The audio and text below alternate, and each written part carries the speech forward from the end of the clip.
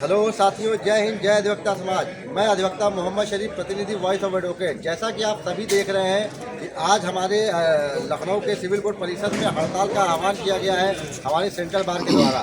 इसी परिप्रेक्ष्य में अभी हम बार के उच्च अधिकारियों से और आम अधिवक्ताओं से इस चर्चा पर परिचर्चा करेंगे। जय हिंद, जय अधिवक्ता समाज। 6 दिसंबर 22 को सेंट्रल बार एसोसिएशन की सभा हुई। सभा में ये निर्णय लिया गया, जो पुलिस कमिश्नरेट बनाई गई है अभी ये रेगुलराइज नहीं है। शासन ने एक नोटिफिकेशन के जरिए बना रखा है। इनकी कार्यशैली पहले आप देखिए तो एडमिनिस्ट्रेटिव जो जज थे, मजिस्ट्रेट थे, एडमिनिस्ट्रेटिव मजिस्ट्रेट, वो पीसीएस हुआ करते हैं। तो वो 107-16 हो, 145 हो, इनकी सीआरपीसी के पावर उनको थी और वो अपनी पावर का यूज एक तरीके से जो भी व्यवस्था थी सीआरपीसी में उसी के अनुक्रम में करते थे। लेकिन जब से ये पावर कार्यपालक मजिस्ट्रेटों के पास आई, कहने का मतलब है पुलिस तंत्र के पास आई, तो पुलिस तंत्र ने उसको सीआरपीसी को तो सबसे पहले उनको पढ़ना चाहिए कि प्रोसीजर इसमें कैसे क्या किस तरीके से इन्फोर्स होगा। अब जैसे जनरल है 107-16, 151 शांति भंग होने की आशंका, तो उसमें जमानतें लेने का कोई भी औचित्य नहीं है और 24 घंटे से ज़्यादा उसमें हम लोग उसको न्यायिक अभिरक्षा में नहीं रख सकते हैं, ये वर्णित है। अब वहाँ पे कार्यपालक मजिस्ट्रेट, किसी को अपना इंटरेस्ट है, किसी को अपना इंटरेस्ट है, कोई 3 दिन के लिए जेल भेज रहा, कोई 2 दिन के लिए जेल भेज रहा, सैकड़ों ऐसे मामले हैं। और ये भी कहा जाता है जाइए 2 जमानतें लेके आइए। तो अगर पैसा है तो वो मुचलके पे छूट रहा है, पैसा नहीं है तो वो जेल जा रहा है और जमानतों के लिए उत्पीड़न हो रहा है।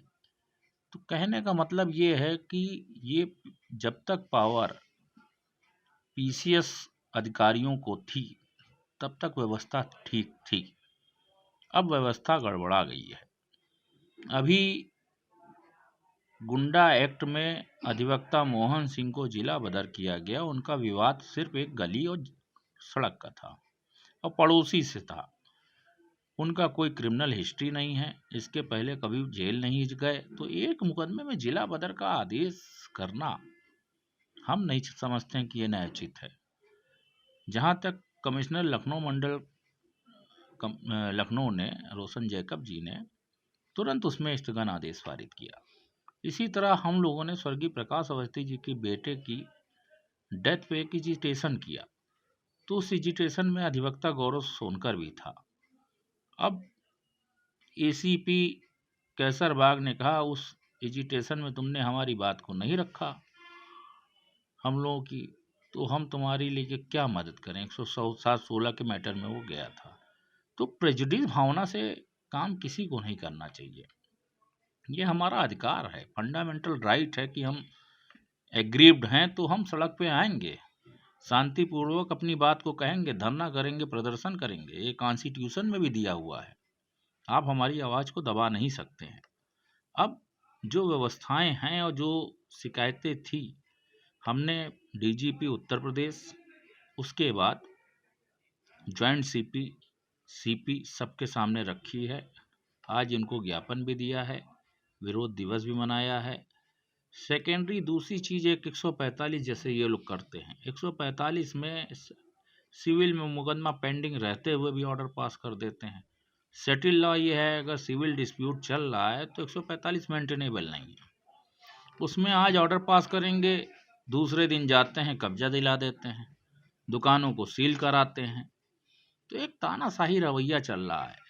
ये नहीं समझ पा रहे हैं कि हमको सीआरपीसी के प्राविधानों के अंतर्गत चलना चाहिए, हम उसके अंदर कार्य करेंगे।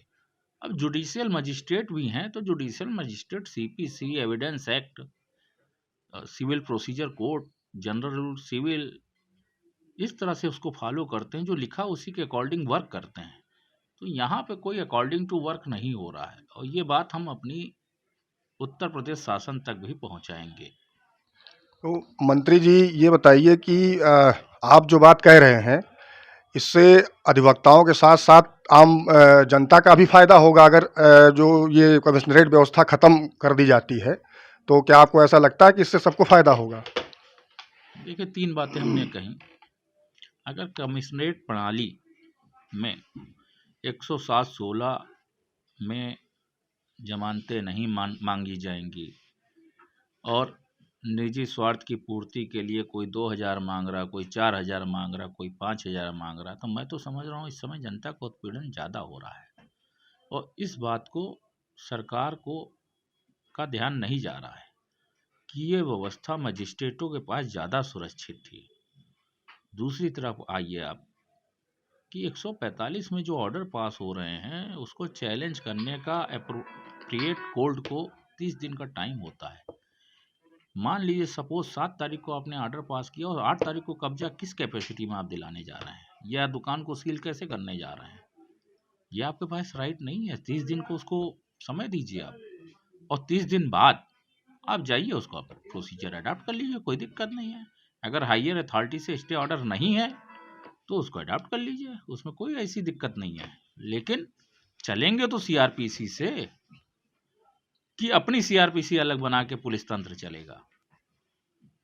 तो जब आप सीआरपीसी में दी गई मजिस्ट्रेटों की शक्तियों को, अधिकारों को आपको दिया गया है, तो आपको और विनम्र तरीके से बातों को सुन के अकॉर्डिंग टू लॉ वर्किंग करनी चाहिए।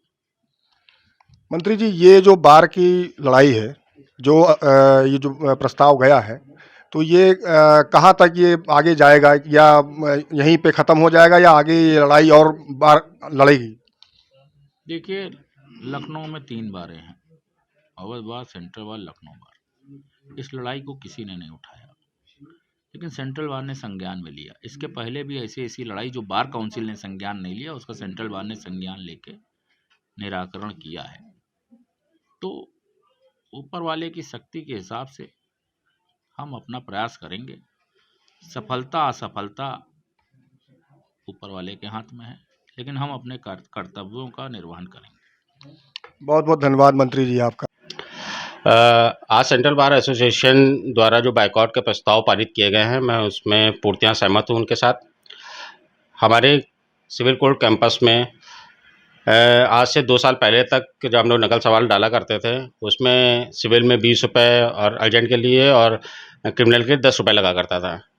तो ये बढ़ा के 100 रुपये कर दिया गया है सिविल के नकल सवाल में, जिसमें ये हम लोग को बताया गया था कि अर्जेंसी में आपको सुबह आप नकल सवाल डालेंगे, शाम तक आपको प्राप्त हो जाएगा, हद से हद अगले दिन मिल जाएगा। मगर उसका हमको अर्जेंट नकल सवाल का कोई फ़ायदा नहीं मिल रहा है।